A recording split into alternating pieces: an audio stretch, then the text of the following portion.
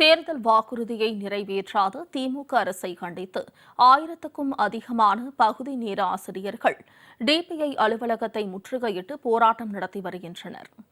இதுகுறித்த கூடுதல் தகவல்களுடன் நேரலையில் இணைகிறார் எமது செய்தியாளர் குணசுந்தரி. குணசுந்தரி, பகுதி நேர ஆசிரியர்கள் டிபிஐ அலுவலகத்தை முற்றுகையிட்டு திமுக அரசை கண்டித்து போராட்டத்தில் ஈடுபட்டு வராங்க. இது குறித்த முழு விவரங்களை பதிவு செய்யலாம். வணக்கம் மோனிசா. டிபிஐ வளாகத்தை முற்றுகையிட்டு 1000த்திற்கும் மேற்பட்ட பகுதி நேர ஆசிரியர்கள் தற்பொழுது போராட்டத்தில் ஈடுபட்டு வருகிறார்கள். குறிப்பாக அவர்கள் வைக்கும் கோரிக்கை என்னவென்றால், 14 ஆண்டுகளாக நாங்கள் அரசல் பள்ளியில் பகுதி நேர ஆசிரியர்களாக பணியாற்றி வருகிறோம். எங்களின் ஒற்றை கோரிக்கையான பணி நிரந்தரம் என்பதை இந்த திமுக அரசு வழங்க வேண்டும் என்ற ஒற்றை கோரிக்கையை முன்வைத்து தற்பொழுது ஆர்ப்பாட்டத்தில் ஈடுபட்டு வருகிறார்கள். குறிப்பாக திமுக அரசு ஆட்சிக்கு வருவதற்கு முன்னதாக இவர்களுக்கு வாக்குறுதி அளித்திருந்தது. நாங்கள் ஆட்சிக்கு வந்தால் உங்களுக்கு பணி நிரந்தரம் செய்து தருவோம் என்று ஆட்சிக்கு வருவதற்கு முன் வாக்குறுதி அளித்திருந்தது.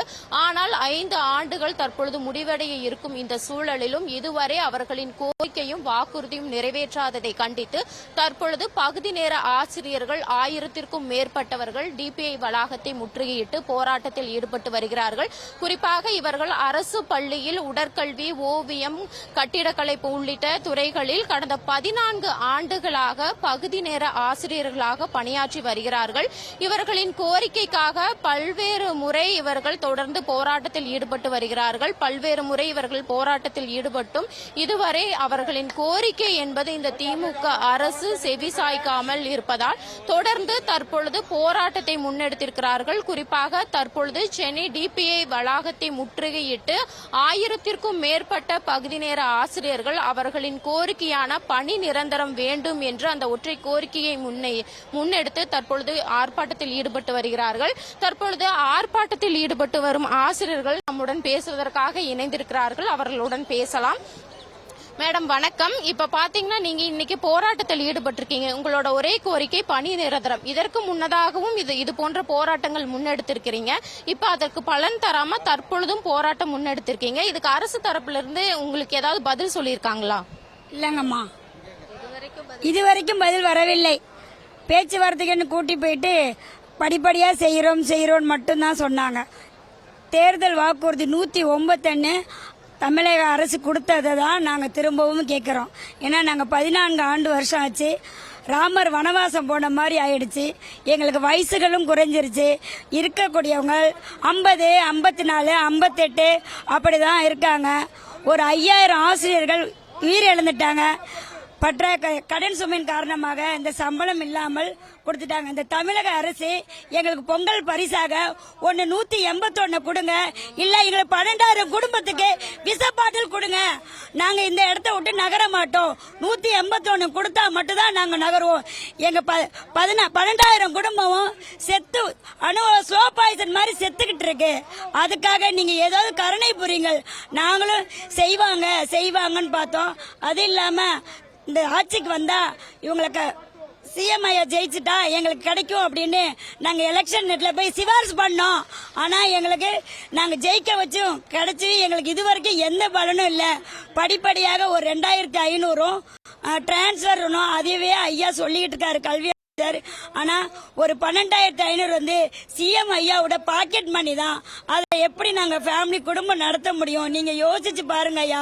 எங்களுக்காக கருணை புரிங்க. உங்களால முடியல. இந்த விடியல் ஆட்சியில் எங்களுக்கு விடியலே வரலைங்கய்யா. நாங்க மே மாசம் பட்டினி கிடக்குறோம், பிச்சை எடுக்கிறோம். 3 நாள் வேலை செய்யறோம். 3வது நாள் ஜவுளி கடையும் கொத்தனார் இடத்துலயும் பெயிண்ட் அடிக்கிற இடத்துலயும் நாங்க போய் பிச்சை எடுத்துக்கிட்டு இருக்கோம். ஆனா இது வரைக்கும் எங்களுக்கு எந்த பதிலும் இல்ல. ரெகுலர் ஸ்டாஃப் குறை எங்களுக்கு அங்கீகாரம் இல்ல. 2வது எங்களுக்கு லீவு கிடையாதுங்க. அந்த 12 நாளுக்குள்ள நாங்க முடிக்கலன்னா எங்களை டார்ச்சர் பண்ணாங்க. எங்க சமுதாயத்திலயும் மதிப்பு இல்ல, ஸ்கூல்லயும் மதிப்பு இல்ல. என்னுடைய வீட்டுக்காரல நீ போகாத, உனக்கு என்ன நடக்க போகுது அப்படின்னே சொன்னாரு. நாங்க மீறிட்டு நாங்க மகளிர்லாம் சேர்ந்து நாங்க இங்கதான் இருப்போம். நாங்க எங்கேயும் போக மாட்டோம். எங்க சகோதரியும் நாங்க விட மாட்டோம். எங்க சகோதரியும் நாங்க விட மாட்டோம். 181 கொடுங்க. பொங்கல் பரிசாக அதை மட்டும் நிறைவேற்றுங்கள். வேற எங்களுக்கு எதுவும் வேணாம். ஏன்னா ஏஜ் முடிஞ்சிருச்சுச்சா. நீங்க பணி நிரந்தரமே பண்ணாலும் அவங்க 8 வருஷம் 6 வருஷம் 7 வருஷம் தான் சர்வீஸ் இருக்கு. பாதி பேர் இந்த 2 வருஷம் ரிட்டையர்ட் ஆயிட்டாங்க. அப்படி போனா குறைஞ்சபட்சம் 8000 ஆசிரியர்கள் தான் இருப்பாங்க. எங்களுக்கு குறைந்த ஊதியாக ஒரு 300 கோடியாவது உங்க கருணை அடிப்படையில் கொடுங்க. படிச்சவங்களுக்கு மதிப்பே இல்லையா? கள்ளச்சாரி வச்சவங்களுக்குலாம் காசு கொடுக்குறீங்க 10 லட்சம். ஆனா என் பகுதி நேரையினர் போராட்டத்துக்கு வந்து உயிரிழந்தார். அந்த குழந்தைங்க 2 அனாதையா இருக்காங்க. அவங்களையும் அதையும் கேட்கல. நிறைய உயிர்கள் போயிடுச்சு. கடன் சுமை காரணமாக உயிரை இழந்துட்டாங்க. ஹார்ட் அட்டாக்ல இறந்துட்டாங்க. எங்களை எப்படியாவது இந்த விடியல் ஆச்சு எங்களுக்கு விடியல் கொடுக்கணும். நீங்க எங்களுக்கு கொடுத்தீங்கன்னா நாங்களுக்கு பக்கத்துணையா நாங்க இருப்போம். நாங்க உயிர் வாழ்ற வரைக்கும். இல்லைன்னா எங்களுடைய பாவம் உங்களே கேட்கும், உங்க சந்ததியே கேட்கும்.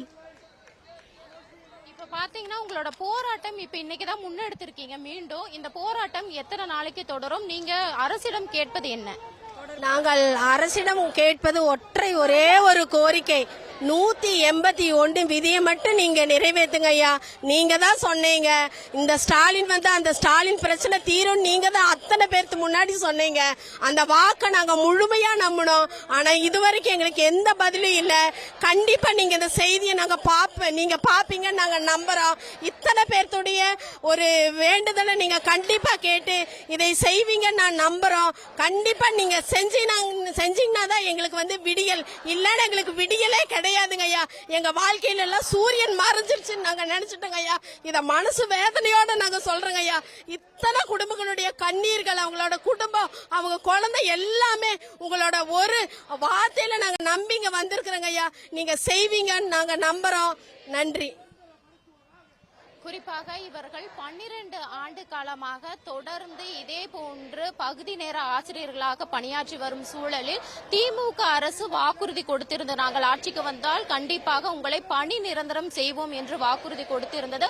ஆனால் இதுவரை திமுக அரசு அவர்கள் கொடுத்த வாக்குறுதியை மறந்துவிட்டு இவர்கள் தொடர் போராட்டத்தை முன்னெடுக்கும் வகையில் கொண்டு வந்து நிறுத்தியிருக்கிறார்கள். இவர்கள் கண் கலங்கியபடி கூறும் ஒற்றை கோரிக்கை, எங்களுக்கு நாங்கள் தொடர்ந்து 14 ஆண்டுகள் இதுபோன்று பகுதி நேர ஆசிரியர்களாக பணிபுரிந்து வருகிறோம். திமுக அரசு இப்பவும் இதனை செவிசாய்க்காமல் விட்டுவிட்டால் நாங்கள் தொடர் போராட்டத்தை முன்னெடுப்போம். இந்த டிபிஐ வளாகத்தை விட்டு செல்ல மாட்டோம் என்று இவர்கள் வலியுறுத்தியிருக்கிறார்கள். மோனிஷா. குணசுந்தரி களத்தில் இருந்து தகவல்களை பதிவு செய்தமைக்கு நன்றி.